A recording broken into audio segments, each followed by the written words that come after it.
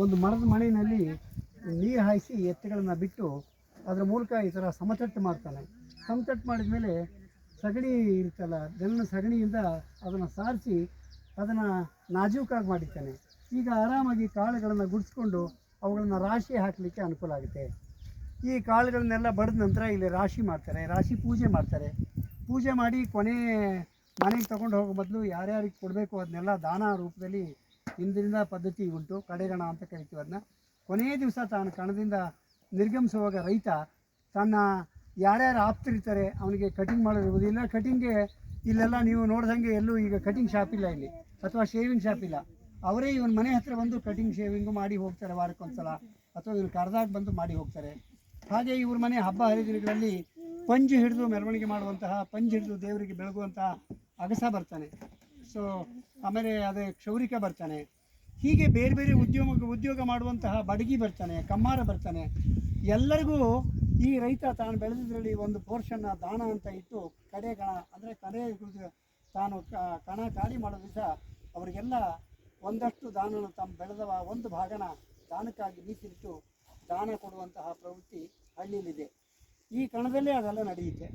So ಈ ಬಡ ಬಗ್ಗರಿಗೆಲ್ಲ ಪಾಪ ಅವ್ರಿಗೇನು ಜಮೀನಿಲ್ಲ ಅಥವಾ ದನ ಸಾಕಿರ್ತಾರೆ, ಹುಲ್ಲಿಲ್ಲ ಅಂಥವ್ರಿಗೆಲ್ಲ ರೈತ ತಾನು ಬೆಳೆದಿದ್ರಲ್ಲಿ ಒಂದು ಪೋರ್ಷನ್ ಹುಲ್ಲು, ಒಂದು ಪೋರ್ಷನ್ ಭತ್ತ ಅಥವಾ ರಾಗಿ ಅಥವಾ ಏನು ಬೆಳೆದಿರ್ತಾರೆ ಅದನ್ನು ಕೊಡುವಂಥ ಪದ್ಧತಿ ಇದು.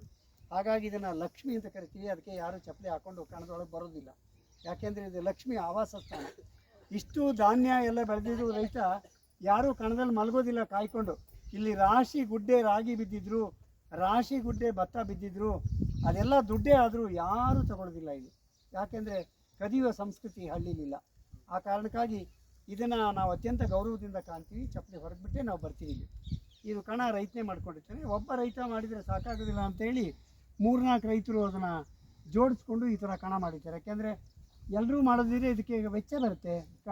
ಹಾಗಾಗಿ 3-4 ಜನ ರೈತರು ಸೇರಿಕೊಂಡು ಇದನ್ನು ಎಲ್ಲ ಅವರ ಅನುಕೂಲ ಆಗೋಂಗೆ ಇಟ್ಕೊಂಡು ಅವರವರು ಬೆಳೆದಂಥ ಹುಲ್ಲು ಅಥವಾ ಕೃಷಿ ಉತ್ಪನ್ನಗಳನ್ನು ಅಲ್ಲಿ ತಂದು ಈ ಥರ ಇದಕ್ಕೆ ಮೆದೆ ಅಂತ ಕರಿತೀವಿ. ನೋಡಿ ನಿಮ್ಮ ಹಿಂದ್ಗಡೆ ಇದೆಲ್ಲ ಇದು ಮೆದೆ. ಮೆದೆ ಅಂದರೆ ಗುಡ್ಡೆ. ಈ ಗುಡ್ಡೆಯಲ್ಲಿ ಅದು ಹಾಗೆ ಮಾಗುತ್ತೆ. ನಾವು ಬೆಳೆದಂಥದ್ದು ಅದು ಮಾಗದೇ ಇದ್ದರೆ ರುಚಿ ಬರೋದಿಲ್ಲ. ಹಾಗಾಗಿ ಮಾಗಬೇಕದು.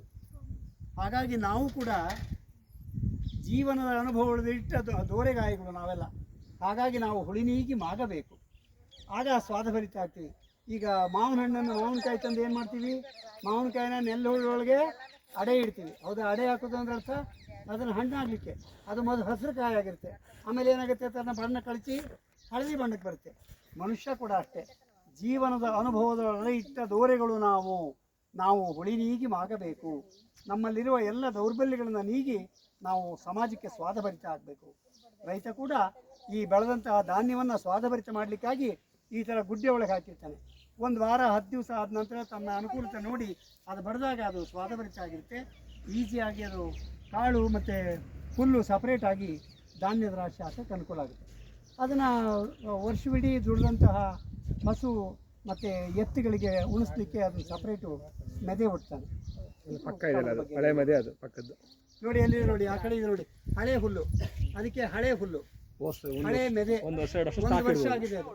1 ವರ್ಷ ಆದರೂ ಕೆಡದಂಗೆ ಅದನ್ನು ಇಟ್ಕೊಂಡು ಕಾಪಾಡಿಕೊಂಡು ಯಾವಾಗ ಬೇಕೋ ಆಗ ಹಸುಗೆ ಉಣಿಸ್ಲಿಕ್ಕೆ. ನಿಮಗೆ ಗ್ರಾಮ ವಿಕಾಸದಲ್ಲಿ ಇವತ್ತು ಹಾಡು ಹೇಳ್ತಾರೆ. ಅದನ್ನ ಏನು ಅಂದರೆ ಏನು ಉಣ್ಣುವ ಅನ್ನವ ಏನೋ ಉಣ್ಣುವುದಕ್ಕೆ ಅನ್ನವಿತ್ತ, ಅನ್ನವನಿತ್ತ, ಮಣ್ಣಿನ ಸೇವೆ ದಿನ ಕೈಯುತ್ತಾ, ನೊರೆ ಹಾಲಿನ ಅಮೃತವಿತ್ತ, ನಲ್ಮೆಯ ಆಕಳ ಮೈದಡವುತ್ತ, ಅಂಬಾ ಎನ್ನುವ ಆತ್ಮನಿಗೆ ದೇವರೇ ಬರುವನು ಈ ಭೂಮಿಗೆ. ಎಂಥ ಮಾತು! ಹಾಗಾಗಿ ಇಲ್ಲಿ ಕಾಯಕವೇ ಕೈಲಾಸ, ಕಾಯಕದೊಳಗೆ ಆನಂದ, ಹಳ್ಳಿಯ ಜೀವನ ಮಕರಂದ. ಹೀಗಾಗಿ ಹಳ್ಳಿ ಜೀವನ ಅತ್ಯಂತ ಸುಮಧುರ, ಅತ್ಯಂತ ಆನಂದ.